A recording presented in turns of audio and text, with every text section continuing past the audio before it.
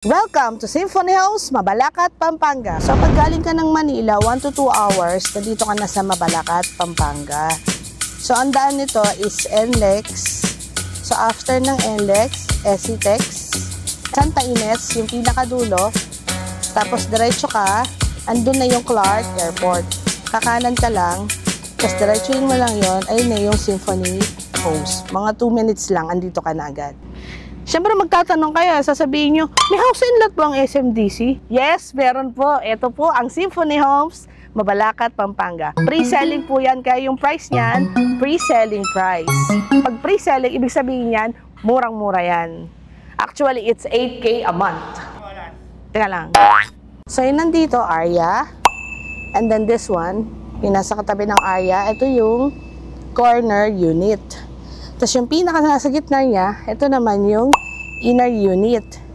And then yung pinaka nandito sa dulo, ito yung end unit. So as you can see, napakaganda ng design niya. Very modern, contemporary yung design niya. So very classy yung dating niya. 2-story home, first and second floor. Kung mapapansin nyo, kakaiba siya yung design niya sa ibang mga townhouse project. This is way more classier, very modern.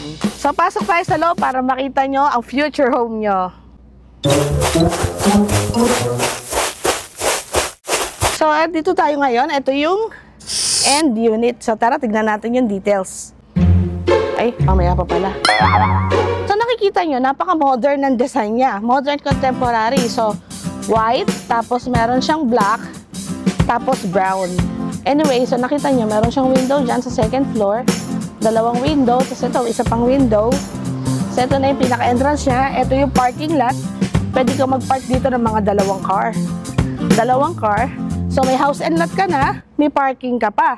Yung lot area niya is 102 square meter. Tapos yung floor area niya is 72 square meter. So, halika, pasok tayo sa loob. Papakita ko muna sa inyo ito, yung pinaka-entrance niya. So, ito yung pinto niya. Tanggalin ko na yung pinto. Ay, yung pinto. Tanggalin ko na to. So, ang ganda ng pinto niya. Ayan, ano siya, may steel. May steel pa siyang design. Tapos, may door viewer. So, ito yung pinto niya, steel. Ang ganda, oh. Tapos, yung glass window niya, sliding window. So, ito yung itsura niya sa labas. Ayan. May ilaw dito. Ayan. So, ito yung parking area niya. Ayan yung space. So, pasok tayo sa loob. So, papasok siya, oh. Papasok yung bukas. Ibig sabihin, papasok din ang grasya niyan. So, ito yung space niya. Ayan. Yung doors niya, steel panel, hollow core door.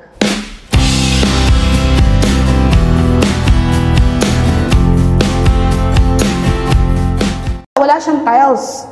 Meron kayong chance, kung ano yung gusto yung design, pwede nyo mailagay dito. Actually, for me, ang gusto ko dito, polish cement, sa polish cement finish lang eh. Kasi mas maganda kasi maglalagay pa kayo ng mga gamit dito.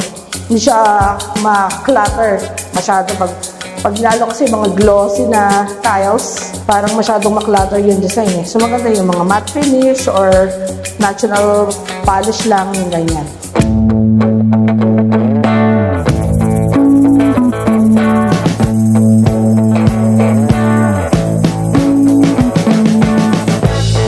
We've been living in sin so long, all the fields are gone. Fella stopped me on the street last night, said everything's alright. So, punta tayo sa second floor. So, pagpasok mo, you will greet by the toilet and bathroom.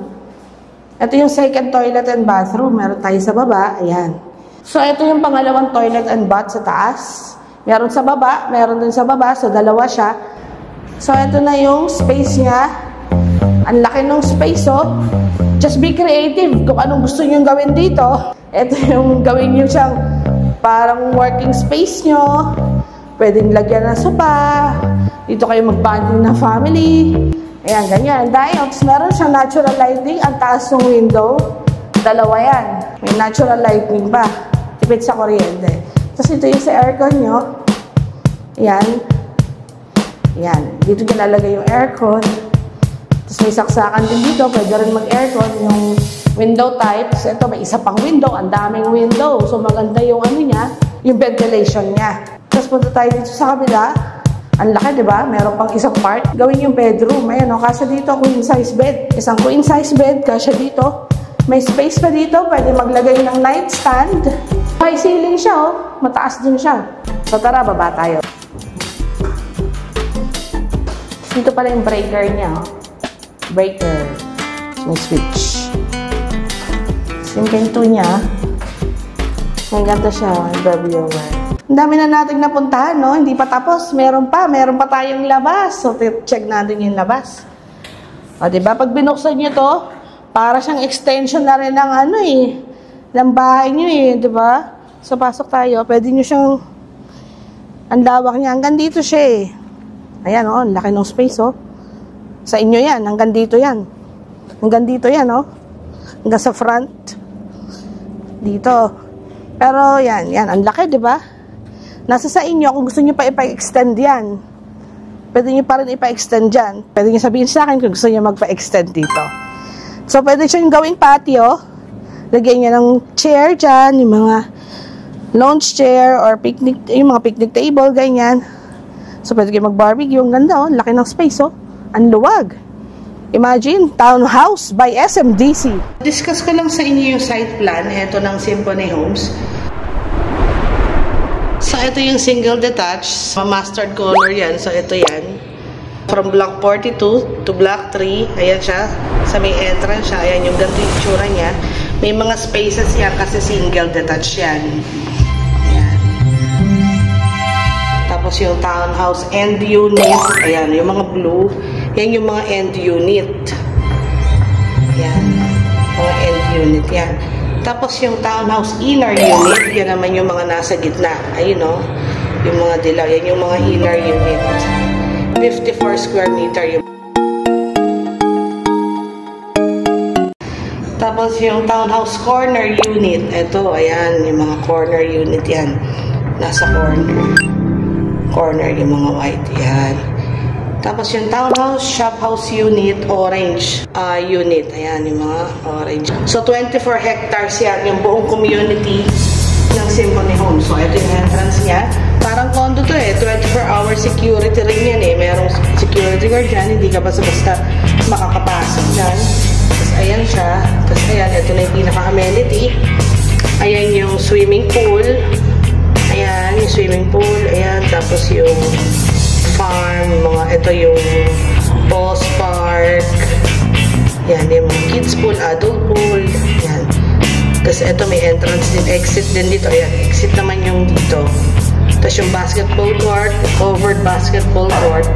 So may mga parking areas dyan sa may amenity. Ayan.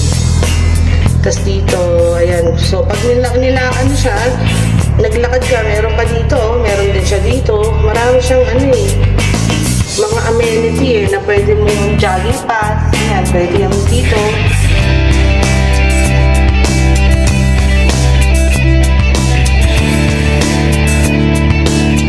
So, pag diretso mo ng NLEX, ayan sa dulo, Santa Ines, ito na yung Symphony Homes. Tapos, ito siya, Clark Airport. Actually, 10 minutes away lang yan from Symphony Homes yung Clark International Airport Actually, mag-expand pa tong Clark International zonal value ng Symphony Homes, tataas yan kasi siya, nagde-develop na tong Pampanga. Yung rental rate dyan, tataas pa in the future. So, good din siya for business, for family. So, ang final thoughts ko dito sa Symphony Homes is magkakatabi siya ng bahay So, tapos ang ganda ng amenity, maganda yung environment sa labas. Masaya siya tapos meron siyang may amenity pool, may parang farm, may boss park. So, yung mga pets nyo, pwede kayo magsabay-sabay na dalhin doon. Tapos doon kayo magbabanding sa park. Masaya yung community na to. So, parang siya talaga, positive vibes. From the name itself, yung symphony, parang music, parang ganyan, masaya siya. Ang kagandahan pa dito, this is SMDC. SMDC, trusted na company. Almost 20 years na siya, or more than 20 years na siya. So, tapos meron silang ngayong house and lot. Napaka-classy. Tapos, siya talaga, solid na solid yung dating niya. Iba yung datingan talaga pag SMGC yung gumawa. More questions, ask me on my YouTube, on my Facebook, and you can also call me on my Viber and WhatsApp. My number is 0910-039-8580. So thank you for watching. This is Bless De Los Santos, IMP International Sales ng SMTC.